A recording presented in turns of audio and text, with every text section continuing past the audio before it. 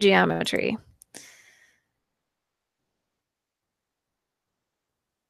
All right, we should be back on. Everybody here, we're good?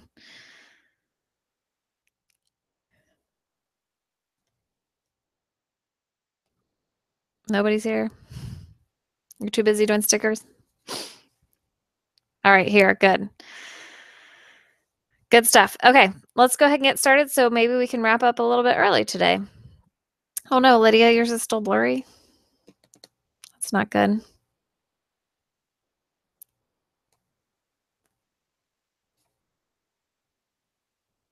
Does anybody else have video quality issues?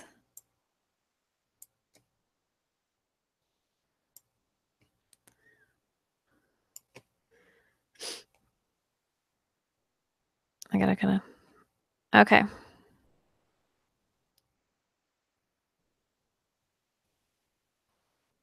All right, well, it looks like everybody's is sort of okay. I hope Lydia's yours fixes up. If it's not, maybe you could try logging out and logging back in. I know that's the, you know, standard geeky response, but sometimes it actually does work.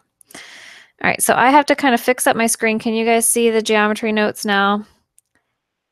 This isn't the best tool ever, but I have to kind of leave my chat going over here so I can see you guys.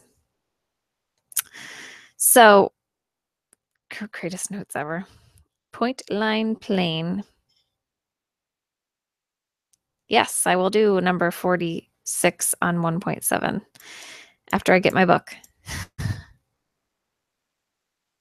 Let's go ahead and start with that. Let me grab my book and let's start for number 46 on 1.7. And does anybody else have any questions that they're dying to do? If you do, type them in the chat. I'll be right back.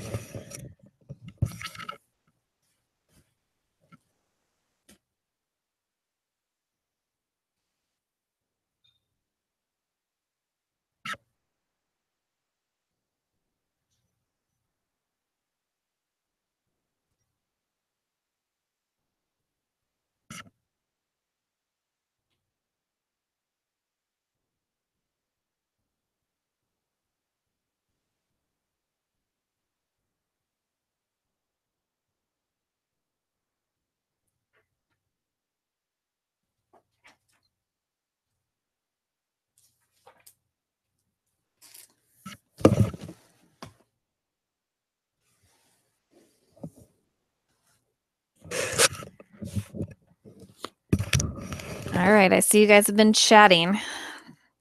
Chat. Okay, number 46. Okay, so I'm on page 55, and at the bottom of 55 is number 46, and it says astronomy. The diagram shows a gap in Saturn's circular rings. This gap is known as the Cassini division. Did I say that right? Some smart person tell me how you say that. In the diagram, the red circle represents the ring that borders the inside of the Cassini division. The yellow circle represents the ring that borders the outside of the division.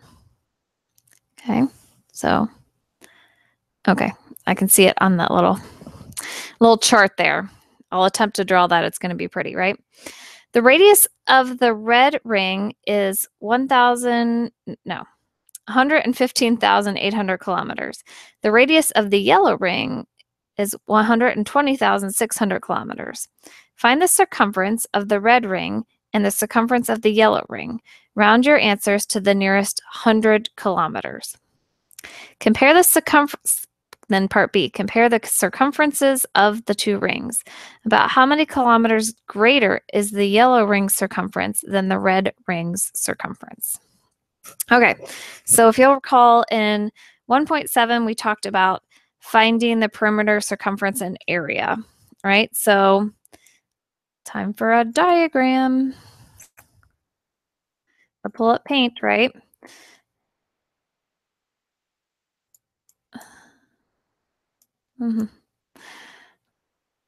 Yes, it is a very long problem. You have to listen to me read that lovely problem, right? Okay, So here we go. We got Saturn. Saturn's going to be like this. Hey, Sophia, I think I can hear you. I can hear you.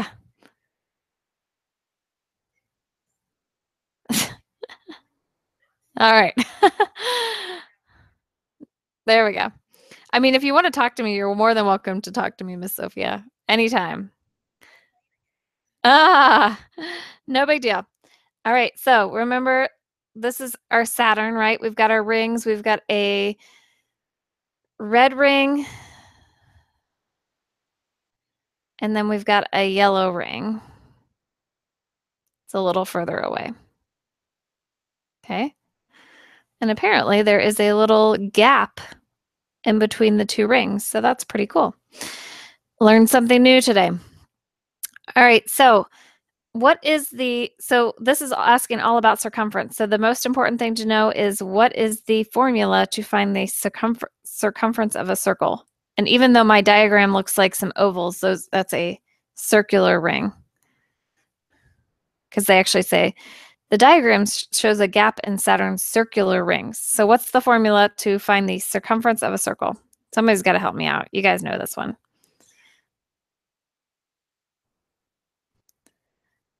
Yes, 2 pi r.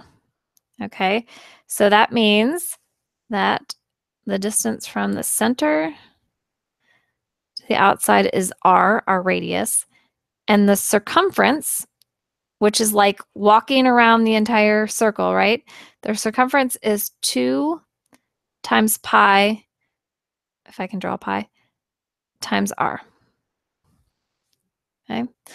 So the first thing they want to do is find the circumference of the red ring and the circumference of the yellow ring. So the circumference of the red ring, okay, is 2 times pi. And then what is my radius? Well, for the red ring, they actually tell you, right? 115,800 kilometers.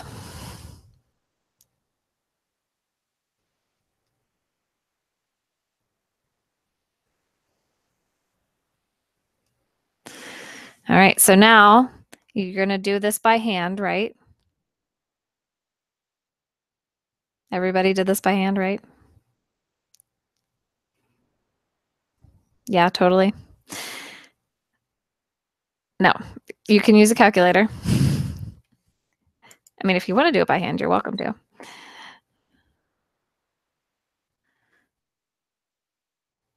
All right, so we have the radius times 2 times, I don't know if there is a pi in here. If I go, oh yeah, scientific. Oh, I missed my thing. Okay.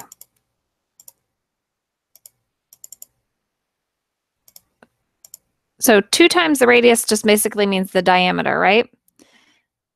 Times pi. All right. All right, so we get that the circumference of the red ring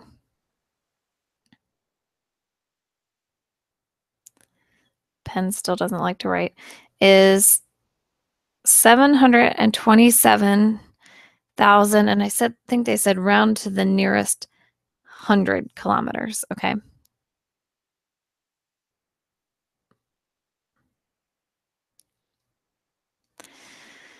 $727,600 kilometers is the circumference of the red. So then how do you think you do the circumference of the yellow? That's not what I meant to do.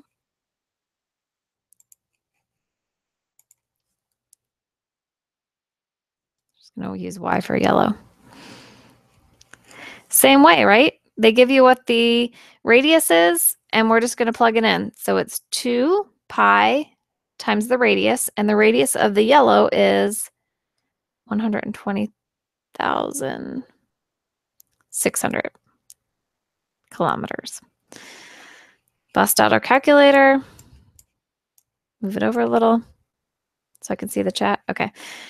Clear this out. So we have 2 times pi times, and pi really goes out there, 120,600. And we get the circumference is, oh, I can't see it. I'm going to put it off to the side here.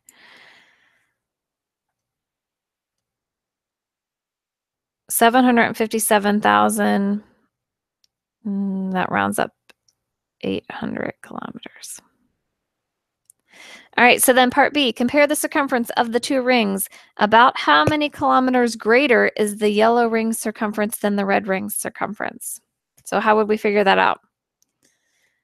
We look at them, we compare them.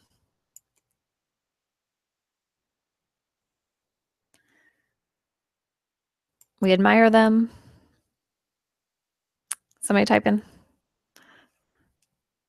Yep, this is number 46 in the book.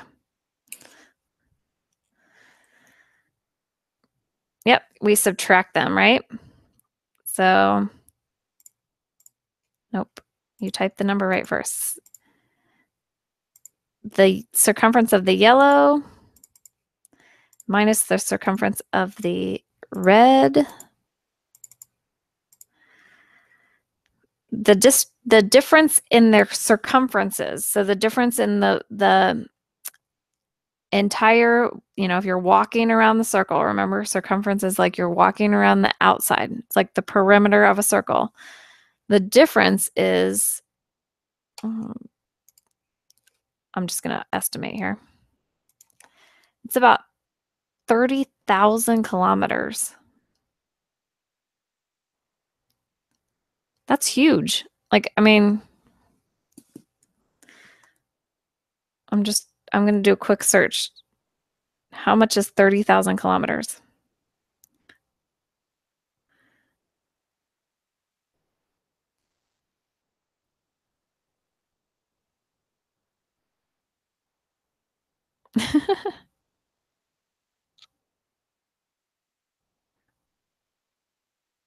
Okay, here we go. 30,000 kilometers is about like about flying around the world. So that's just the difference in the two gaps and the circumference of the two gaps. Okay. Any other questions you guys want me to do?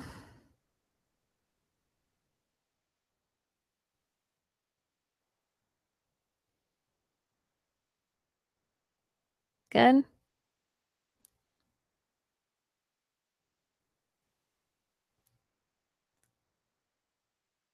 Yes, there is another problem. Which one do you want me to do?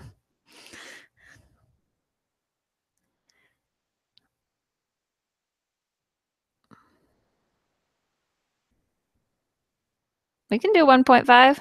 That's all right. Which number?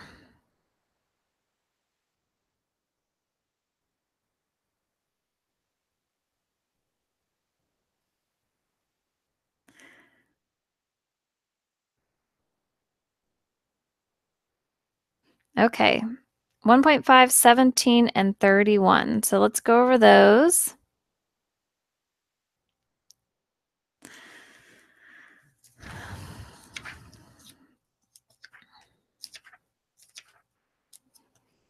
All right, so number 17. Oh, this is fun. So we have, this will be a good review before you guys do your test. So I am on page 39, number 17. We have a line. I should really use my line tool, shouldn't I? All right, we got a line. And then we have a angle coming off of that line, a ray, technically a ray, right? And we've got some numbers on there. So this is 8. Nope. Well, that'll work. This is 18 x minus 9 degrees. And this is 4x plus 13 degrees.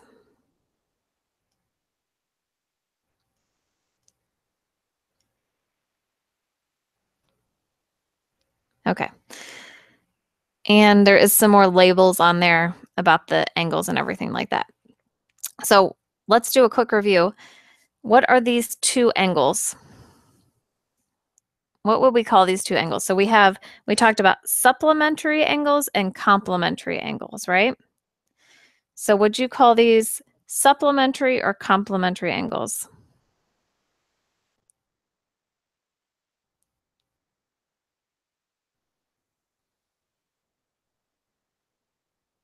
Supplementary, that is correct, right? And that means that the two angles together, yep, sup.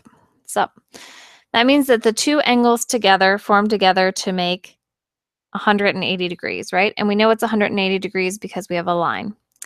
The other thing that these two angles have is they have a special name, just to review. They are called a linear pair because the two angles together, when paired together, make a line. So that's how you remember that they're a linear pair.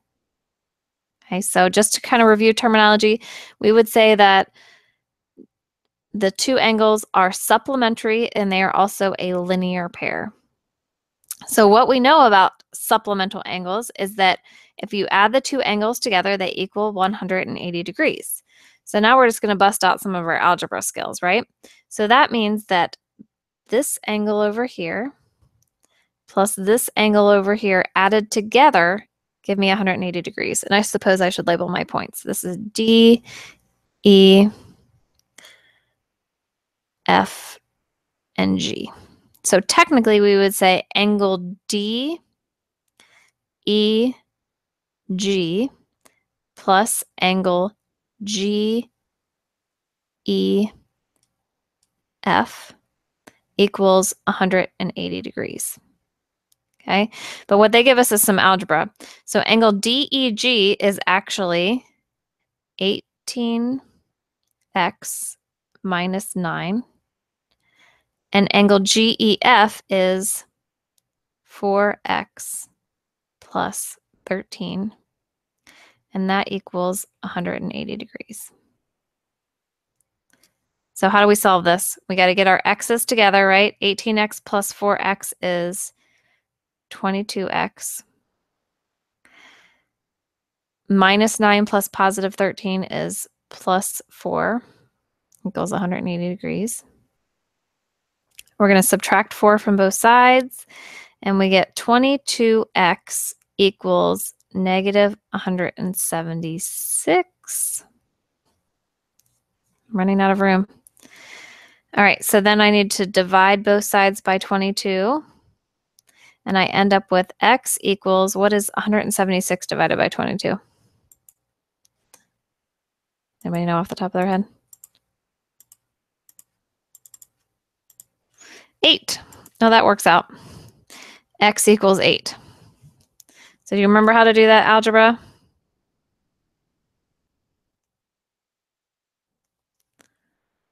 Yep, easy. Good. All right, so now if I actually want to find the angles, what do I have to do? I have to plug it back in, right? So I know that x equals 8.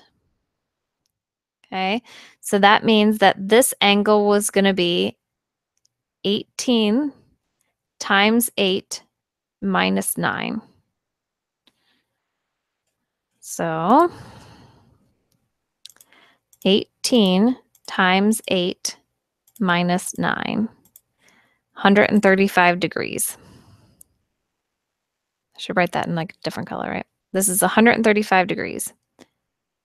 So before you even do the math over here, what should this angle equal? If this is 135 degrees and the whole thing equals 180, this should be what?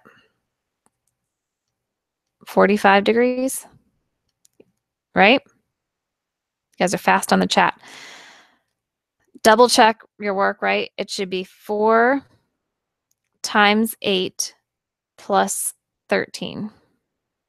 4 times 8 is 32 plus 13 equals 45. Okay? Does that one make sense? What's the other one? 31? All right, number 31. Let's tackle 31. See, this is so fun because you get to do geometry and algebra together. It's exciting, right? Number 31. Nobody seems enthused that they get to do both. All right. One line. There we go. I got somebody excited. Another line. What do we call it when we have two lines that intersect each other like that?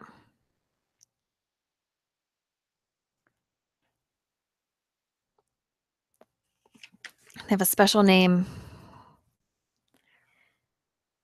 They intersect, that's correct. Oh yeah, vertical angle. Yellow is Kirsten, right? Ooh, all right. Just making sure that I'm thinking the right person in my head who's everybody is. All right, so let me draw this in. We've got not that. 2y degrees, 7x degrees, and we have 9x plus 20 degrees.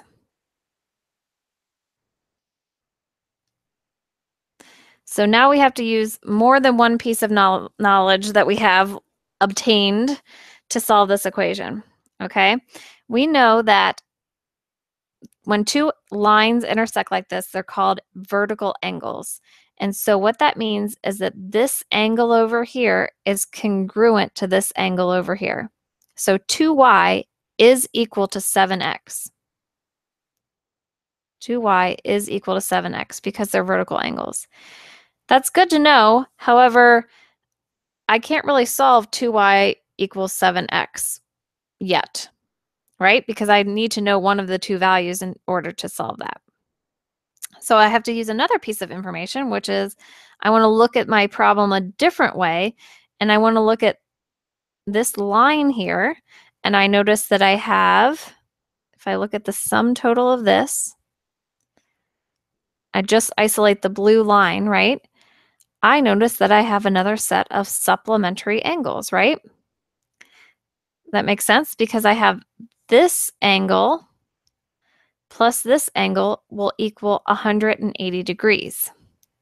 And the good thing about these two and why I picked this side of the blue line is they both just have x.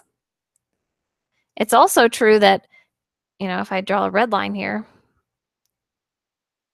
2y and 9x plus 20 are also supplementary angles, and they're a linear pair, and they equal 180 degrees, but that doesn't help me out because I have another y and an x. So let's stick with the blue line, okay? So I know that 9x plus 20 plus 7x equals 180 degrees. I can solve this because I know in algebra when I just have one variable, I can solve it. When I have two, can't solve it, right? So I have a 9x plus a 7x, which gives me 16x plus 20 equals 180. Just combine the x's together. I subtract 20 from both sides. End up with 16x equals 160. And this is a nice easy one. We like this, right? Divide both sides by 16, I get x equals 10. All right, so now I can start filling in some blanks, and my diagram is crazy looking. Okay, so I know that this angle here is 7 times x. X is 10, so this is 70 degrees. Okay. This angle here is 9 times 10 plus 20, so it is 110 degrees. And that works out because 110 plus 70 equals 180. Okay? Then, now I've got to figure out 2y over here. Who knows, just by looking at it, what does 2y equal?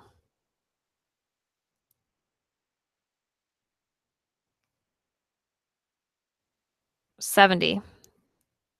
Who agrees with Kirsten? We know that this side is 70, right? And this forms a vertical angle. So this has to be 70 as well. I'm glad you agree with her.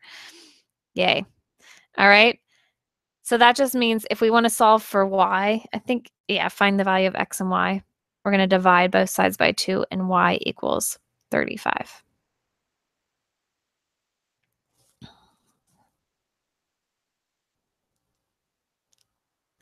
All right, did that help? Everybody feel good? Excited?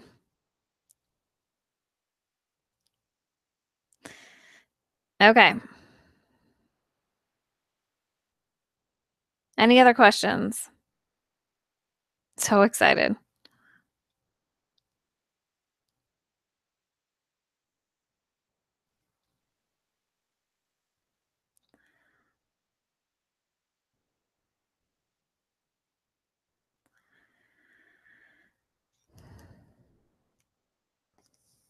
All right, let's see here if we need to do, I'm looking in your book to see if you actually have any problems, like example 3.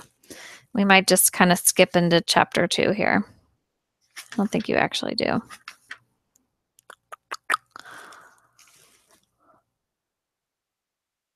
One through 19.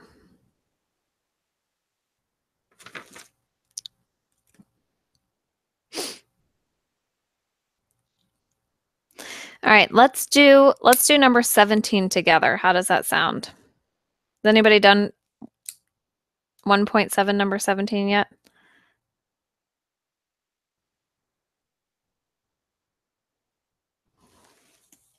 Nope. Anybody else? All right, so we are going to find some window. I don't even know what.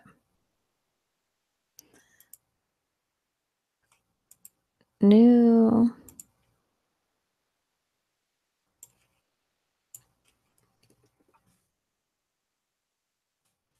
Desmos is what we want. All right, so Desmos is a graphing tool. If you're in my Algebra 2 class, you've probably used it.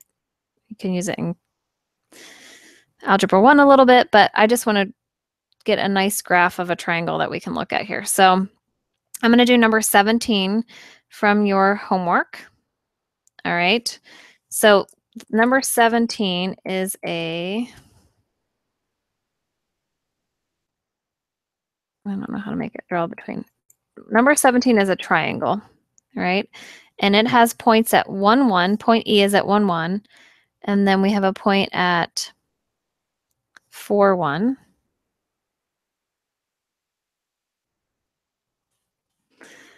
And then we have a point at -1.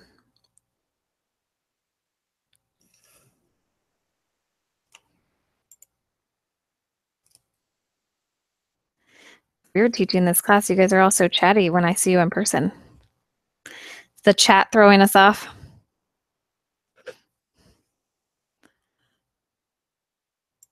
Are you guys all secretly chatting?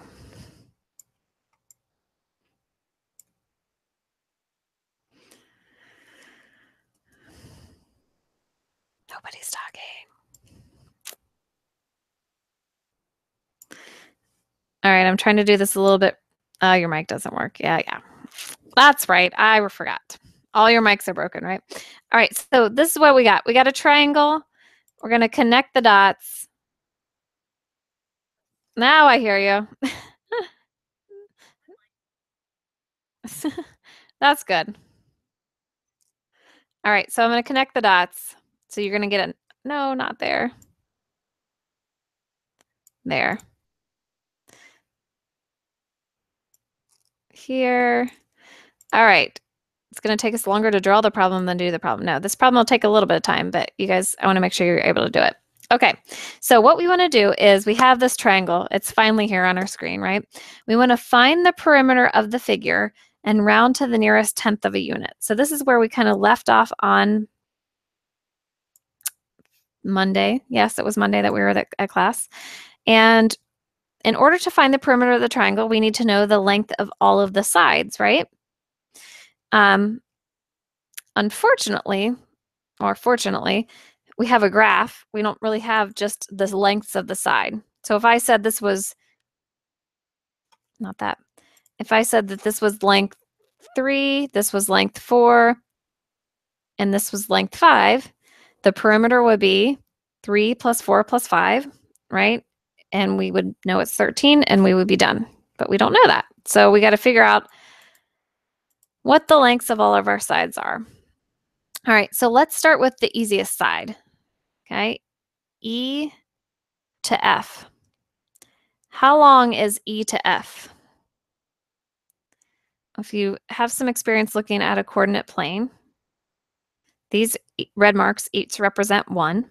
So from E to F, we go 1, 2, 3. So E to F is 3 units long. So that's actually our really, really easy one, right? Now, what if we wanted to find the distance from G to E?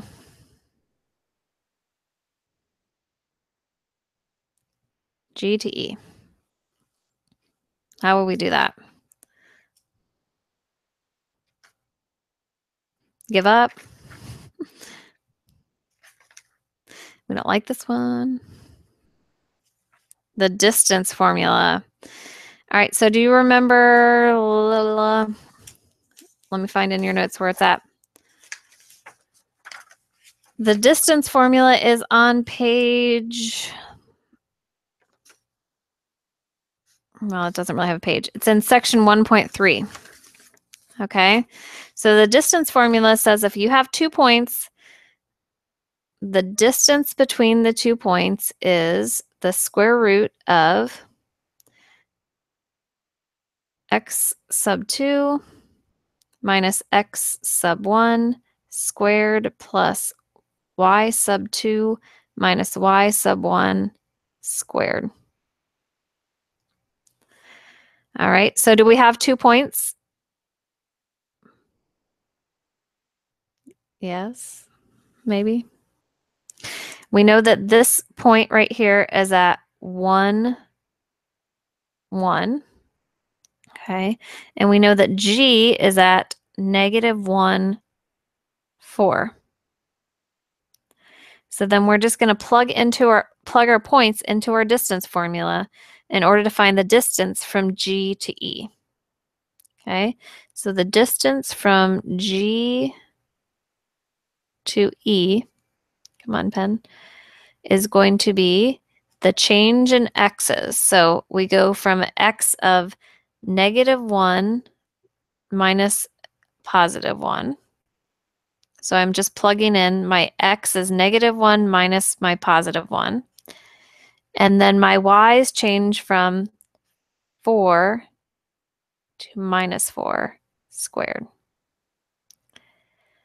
So this becomes -2 squared plus 3 squared. So if you'll keep on doing this by hand, we get -2 squared is 4, -3 squared is, or -3, +3 squared is 9, 4 plus 9 is 13. So the distance from G to E is the square root of 13, which is about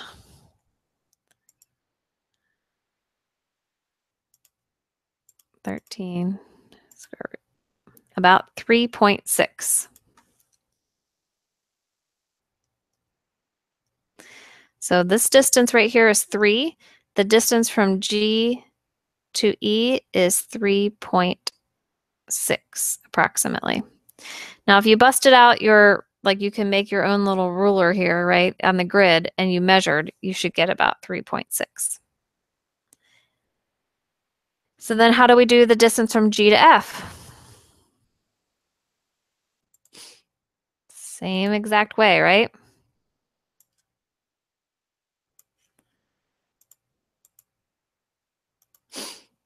So G is at -1, 4, and what point is F at? F is at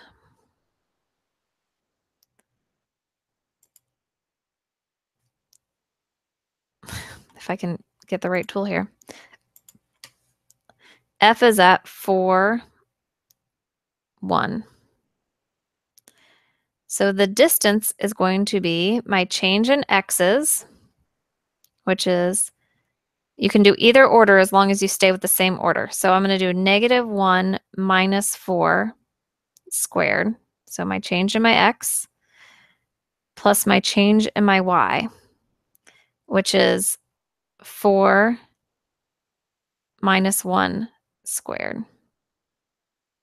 Okay, so -1 minus 4, oh, I forgot my squared, is -5 squared plus 4 minus 1 is 3 squared.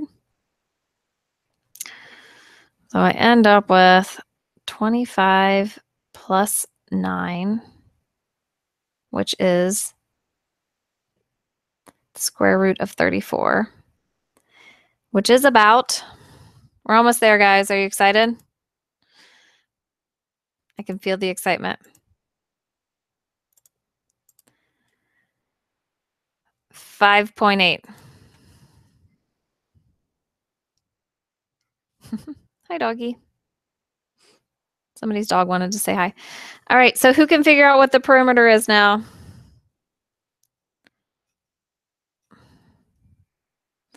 We're going to add up all three sides, right? 5.8 plus 3.6 plus 3. We should be able to do that in our head, but let's 5.8 plus 3.6 plus 3 equals 12.4. That's okay. The doggy just wanted to learn geometry.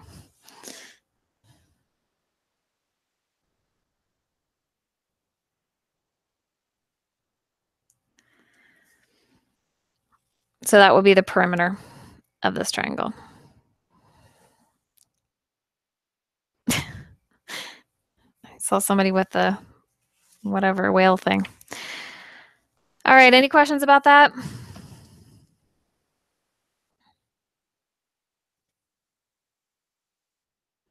Exciting day in geometry, right?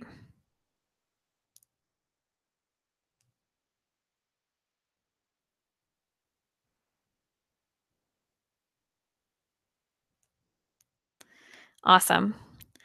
All right, I am going to give you, I'm going to do like, this will literally take 5 minutes and then we'll be done, unless anybody has any other questions. I'm going to give you the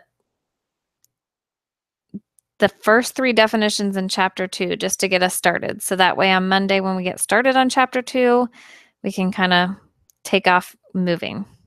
All right? Sounds fun, right? Almost done. Thanks. All right, so what has geometry been all about so far? Lots and lots of words, right? No, we've been talking about lots of different definitions. So I want to introduce you to 3 definitions and we'll go over them again on Monday. But I just want to kind of, sometimes when you hear something twice, it helps you actually remember it, you know, more than once. Can't hurt. All right, so we're going to talk about something called a conjecture, inductive reasoning, and a counterexample. A counterexample, if I can talk correctly. So the first thing is a conjecture. Has anyone heard that word before?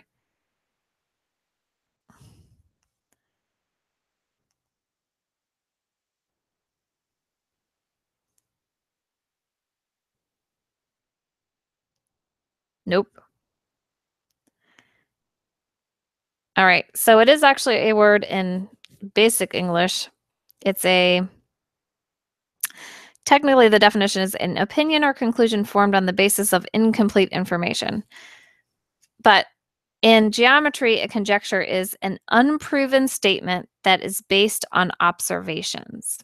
All right, so in geometry, we care a lot about things that are proven and unproven. And remember how we have these things called postulates that are just rules that everybody accepts. And then we have theorems, which we're going to talk about in chapter 2, which are actually things that we can prove. So a conjecture is an unproven statement that is based on observations. All right, so I can observe Okay, here's my statement. My statement is everyone likes Appear In better than TeamViewer because of stickers. All right, so I'm talking about the technology we're using, right? Is it proven that I've taken a poll and I know that everyone likes Appear In better than TeamViewer because of the stickers? No, but I have observed the fact that you guys really like to use the stickers when we're on our call. And so that's my statement based on my observations. So that would be an example of a conjecture. Does that make sense? Like the smiley face sticker. So it's not something that's proven, but it's something based on observation. And we'll write these down on Monday. Okay. So the other thing that kind of goes along with that is, thank you. The other thing that goes along with that is inductive reasoning. So what happens with inductive reasoning is that you find a pattern in a specific case and then write a conjecture for the general case. So my conjecture is everyone in geometry likes Appear In better than TeamViewer because they're stickers. So if I used Appear In for all of my classes, for Algebra 2 and for pre-calculus, and I observe that, then my pattern would be, I think everyone likes, I can hear you against Miss Sophia. I think everyone likes Appear In better than TeamViewer because of the stickers. So that would be inductive reasoning, where I take pieces of information, I found a pattern, and then I kind of apply a broad rule. So the broad rule would be everyone likes Appear better than TeamViewer because of the stickers. Okay. And then the last word is a counterexample. So a counterexample is a specific case for which the conjecture is false. So maybe there's, in one of my classes, this is a total made up person, I have a Bob in one of my classes, and Bob does not like Appear In better because of the stickers. He finds the stickers annoying. Then that would be a counterexample to my conjecture. If he comes up to me and says, I don't like Appear In better because I don't like stickers, then that would be a counterexample. Yes. All right. So I know, Bob. Can you believe Bob? All right. So here we go. Conjecture. My conjecture is that based on my observations, everyone in geometry likes Appear In better because of stickers. Okay. It's not proven, but it's based on my observation. All right. Inductive reasoning is when you look for a pattern in a specific case, and then you kind of write a broad rule for everyone. So I noticed a pattern that in my geometry class, everyone likes Appear In better because of the stickers. And in my pre-calculus class, everybody likes an Appear In better because of the stickers. So therefore, I think my inductive reasoning would tell me that everyone likes Appear In better because of the stickers. Right? I'm just saying that's my general rule. But then I get to this counterexample, and I've got this one guy, Bob, that just does not like it better because of the stickers. He thinks the stickers are, no fun. He just wants straight math all the time. No fun. So that would be a counterexample that would prove my conjecture false. All right. So when you see those three words, we'll review them again on Monday. You'll have notes and you can write down exactly what they are. But I just wanted you guys to kind of know what those three rules, the terminology is, and we'll talk about that more on Monday. Okay? That makes sense?